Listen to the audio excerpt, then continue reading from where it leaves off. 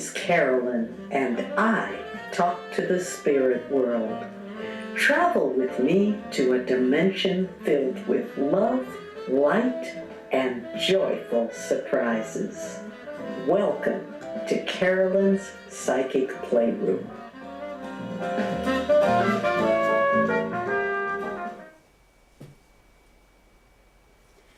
Hi everybody, welcome to Carolyn's Psychic Playroom. As you know, this is my very first show and I cannot tell you how thrilled and excited I am to be with you today and to talk about all things psychic. So what to expect from this program? We're going to do a little bit of tarot. I'm going to talk a little bit about things psychic. And I'm going to then present an interview with a beautiful friend of mine who is a Reiki Master and healer. Maybe you'd like to know about healing, about Reiki, about energy work. And then in the last 10 minutes, I'm going to give one lucky person a psychic reading who calls in. And during the interview segment, I'll put that number up. So stay tuned and get ready. All right, so today I thought first of all I'd talk a little bit about the season that we're in. Obviously it's spring, and what does that mean in terms of sort of a metaphysical point of view? For our spring, we're looking at new beginnings, we're looking at buds, we're looking at things sprouting up and starting, and this is an excellent time for you to begin to harness the energy of nature, to think about how you might want to start a new project, start a new adventure. Even though it's still sort of cold out and hopefully won't snow anymore, it is nonetheless spring. Another important factor is that there is a new moon coming on Sunday. Sunday, 9:57 p.m. The new moon begins. Why is this important? Well, we live in this super modern society. People have their 24-hour cycles. Some people sleep all day and work all night. We have lights, we have technology. So maybe you may think that the cycle or rhythms of the moon no longer affect us. But this is not true. The moon controls the tides. The moon controls many of our interactions, including within our bodies, which is another whole conversation.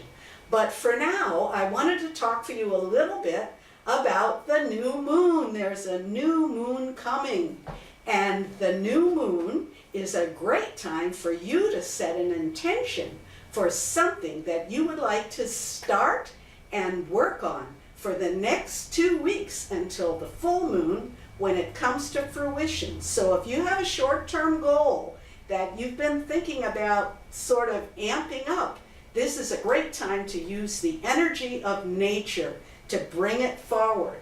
And it's as simple as finding a quiet place, writing down your intention, speaking it out loud, and then every day put that piece of paper where you wrote it someplace up on your refrigerator.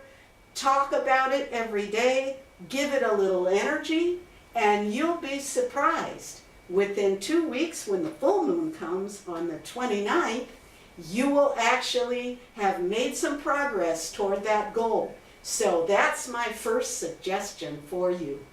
To help you kind of getting into the spirit of connecting with energy and how we use energy, I wanted to talk a little bit about this beautiful tarot deck. This tarot deck is called the Akashic Records Tarot, and I thought it'd be fun to pull a card for us today and see what the tarot may have to say about our day today. Obviously, we have a ton of people watching this, and if I were really to do a tarot reading for you, it would be for you individually. But nonetheless, as a collective, what does the tarot have to say for today?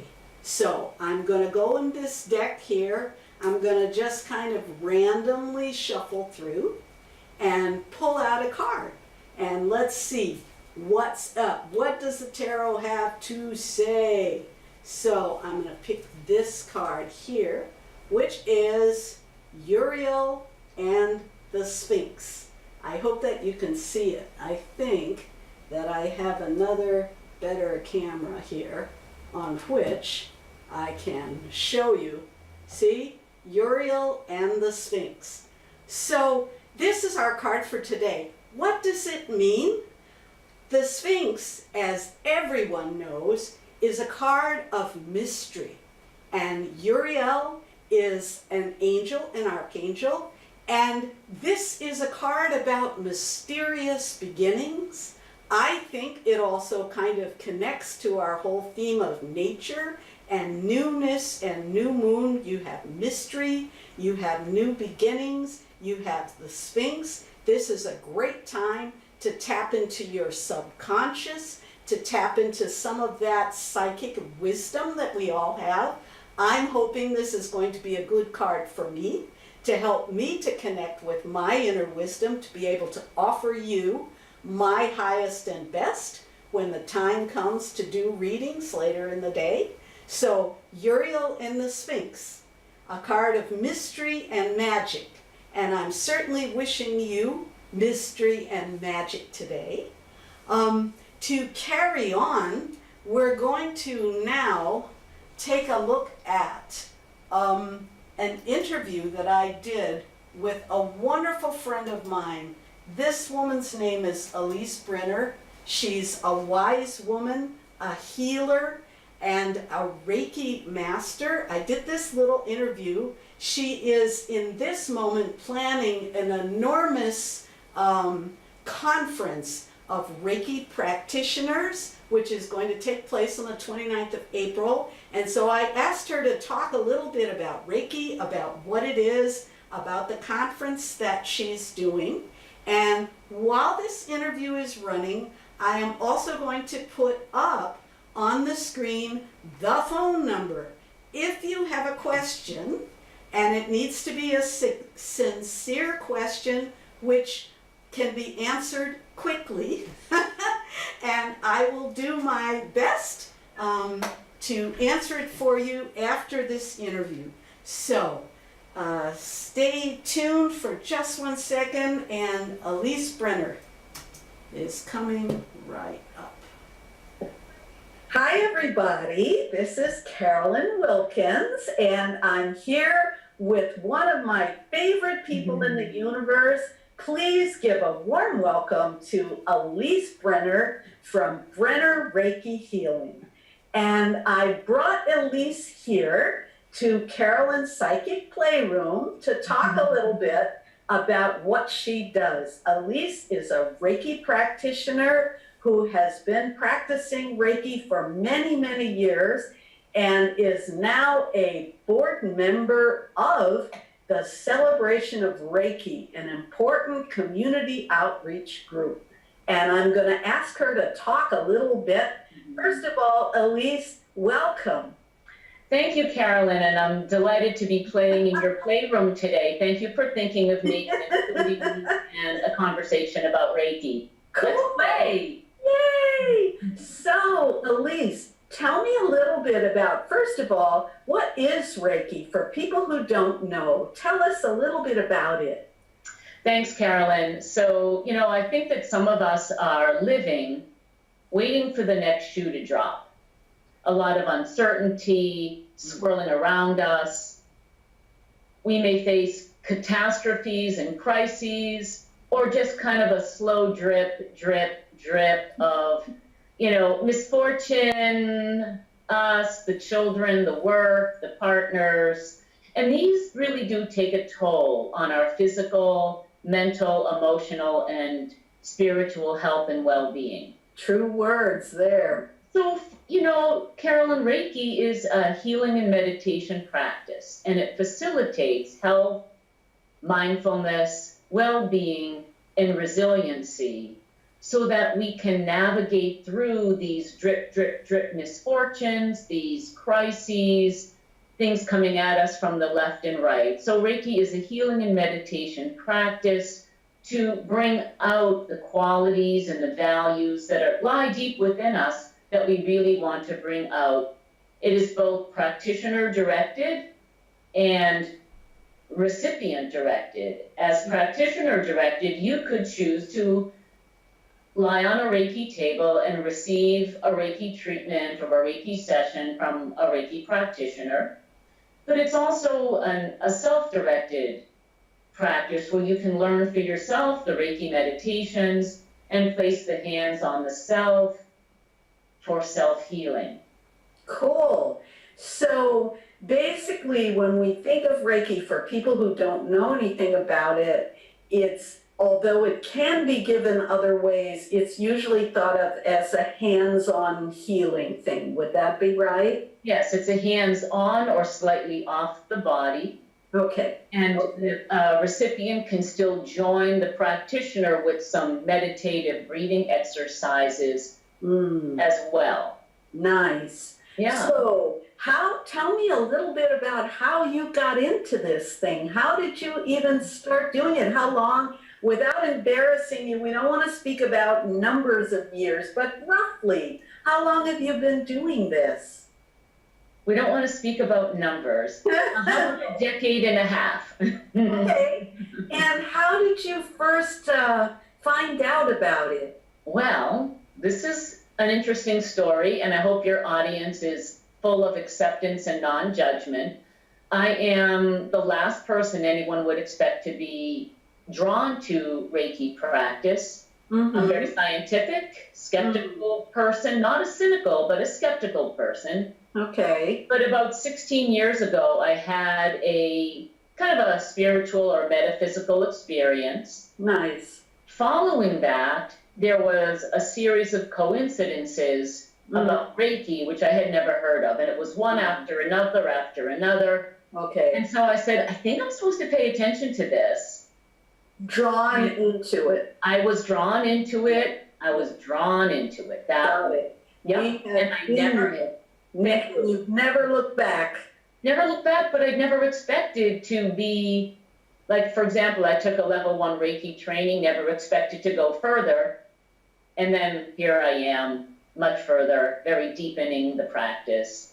So tell me, now I want to ask you a little bit about, I know that you do a lot of work with educating people about Reiki, both in your community and even statewide and region-wide. And I'm going to skip to the thing, you have a big event upcoming on the 29th of April. And maybe if you could just tell our audience a little bit about that. And after this interview segment, audience folks, I will be giving out even a little more information about it so that you can Google it and check it out because it might be a fun thing to go to. But anyway, tell me about your big event, Elise. So there's an organization that I founded 6 or 7 years ago called Celebration of Reiki. 4 years ago, we became a nonprofit organization, Carolyn. Nice. And we are a Reiki educational organization to bring continuing education to Reiki practitioners. And we are an outreach Reiki organization to bring Reiki practice to any individual, family, community group, business, organization, support group that wishes to benefit from Reiki for well-being and resilience. And we have an annual conference. We're up to our 6th one coming up in a few months on April 29, the Celebration of Reiki 6th Annual Conference. We also feature a yearly symposium, which happens in November. The symposium is on one topic. For example, this past year it was caring for individuals with chronic health conditions. Last year it was trauma-informed Reiki care. The conferences are bigger events with a major keynote speaker followed by lots of breakout sessions. We have 250 Reiki practitioners who come and they engage in learning, teaching, participating, networking, Fabulous. and kind of allowing them to have skills and confidence and competence in bringing Reiki to their communities, to their practices, to their volunteer settings. Nice. Yes. That is totally exciting, and that is happening on the 29th of April, right? Right, that's a Sunday at the, am I allowed to say where? Yes. It's at the Boston Marriott in Newton, over on the Charles River. Fabulous. And so the event is called Celebration of Reiki. And so if you are, I would say this event is more for practitioners of Reiki. Is that correct? People who are already? Yes, I'm sorry to interrupt. Although that is correct, that it's largely for practitioners of Reiki. Every year we get interested members of the community. Nice. Who just want to be part of it and explore and investigate. They're open, and we warmly welcome all members of the community.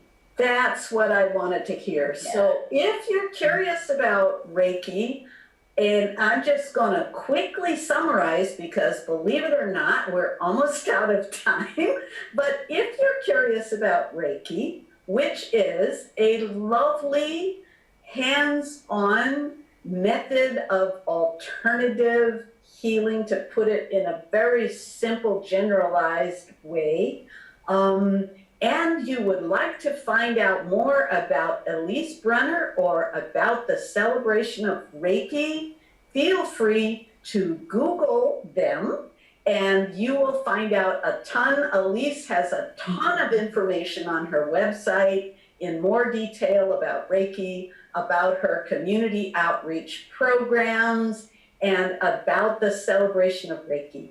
So Elise, I want to thank you warmly. It was short but sweet, and So sweet. really, really appreciate your coming to play with me today on the Playroom. Thank you for romping with me too. We're gonna romp. Thank you. All right, well, thank you, Elise, and we will talk again soon. Warm regards. So that was Elise Brenner. I hope you enjoyed it. I don't see that we have anyone phoning in who's brave enough to get a reading today. Okay, that's all right. I made an alternative plan thinking that it might take a little bit for people's comfort level to reach the point where they want actually to receive a reading on the air. So I think what I'd like to do for a minute is, first of all, just to camp onto a little bit of what Elise was talking about in terms of celebration of Reiki and Reiki. I'm also a Reiki healer, and I can't think of a more wonderful practice. If you've never received a Reiki treatment, you really should try one. There are many practitioners in the area. Celebration of Reiki has plenty listed, and it's a great way. It's not a massage. You sit or lie down fully closed. The practitioner gently touches you only a little bit, and what happens is an energy transfer. Something that's hard to speak about and sounds a little wacky and loony, but actually, in fact, works. It's something you have to kind of experience in order to be able to talk about it. So I will say, don't knock it if you haven't tried it. So that's for Reiki. I also want to talk a little bit about what I do. And I'm hoping that as the months pass, this program is going to come second Thursday of each month at this time, 6:30 p.m. Eastern. And I'm hoping that as you get to know me and get to trust me a little bit, you'll feel a little more comfortable to call in and get your reading, because I know you're out there and I can see people going, well, maybe next time, well, maybe not now. So let me tell you a little bit about what I do. I think one of the big problems is that psychics and mediums and people who do energy healing and all this kind of work have really gotten a bad name. And perhaps some of that is justified. I'll be frank, there are a lot of frauds out there. There are a lot of hustlers and rip-off artists, and anyone who tells you, you know, you have a hex on you, somebody is going to kill you or a member of your family unless you give them money to remove the hex, someone who tells you your aura is black but I can take the spell off, all of that kind of stuff, those should be signs that make you go, ah, let me out. Do not give money to people like that. A true psychic is someone who talks soul to soul with you and is only interested in bringing through information that serves the highest good, both for you and for them. Anything that is not on that high level is not something that you want to deal with. Yes, psychics do charge money. They have to eat just like anyone else. They have bills to pay.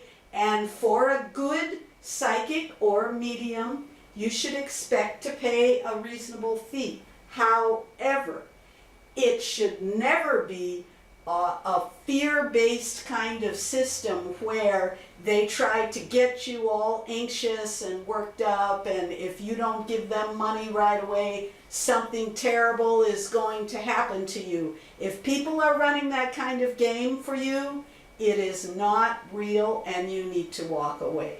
I will say this about myself. It is very important to me that I bring the highest and best integrity to this work. So whatever happens, if you do call in for a reading with me sometime in the future, it will always be coming from the highest and best plane. I'd like to talk for a moment about mediumship as well, okay? Because this is another area that's a little murky. There's a lot of stuff on TV about, you know, ghost whisperers and poltergeists and creepy, haunty kind of entities, and, you know, people get very, it can be a very fearful kind of energy around all of that. Once again, a true medium is only interested in connecting you with your deceased loved ones for the highest and best possible energy. If your Uncle Henry was not, you know, a creepy, frightening, horrible demon person when he was alive, he's not going to be that when he's dead. Although TV shows have made it appear that it's very common that if you contact the dead, it's going to be some kind of terrifying, horrible experience. The reality is that talking to the dead, for the most part, is very much in the same vein as talking to these people when they were alive. My job as a medium is to quiet myself, to prepare myself, and believe me, I have trained actually for several years to do this work, and I'm still training now. I quiet myself to receive impressions, and it's not that I actually see an actual spirit. Every once in a while I'll get a flash, but for the most part what happens is through a form of kind of spiritual telepathy, I will receive an impression in my mind that drops in my mind, or I will feel a feeling, and I will know, because I've trained to do this, that this is not me feeling, this is not me, Carolyn, feeling, this is something that has come from another plane into this world. And usually they come to talk to their loved ones. I don't just bring through random people. I'm bringing through someone that you recognize, that you know, and someone who had love for you when they were here on the earth plane, and they have love for you now from the spirit world. So this, contrary to the way that it's portrayed, is about love. It's about true connection. It's about love. And so I have given you my little brief introduction to mediumship, a brief introduction to the kind of work I do. I hope that next month you will join me again. It'll be May the 10th, 6:30. If in the meantime you have a question you want to ask me, you can write to Psychic Playroom and you can get the information, and we hope that I will see you at that time. And in the meantime, I'm going to sign off. The email address is psychicplayroom@gmail.com. psychicplayroom@gmail.com. Please write me your questions, your comments, your concerns, and I hope you've enjoyed this, my very first but certainly not my last program. Thank you, everybody. Peace out.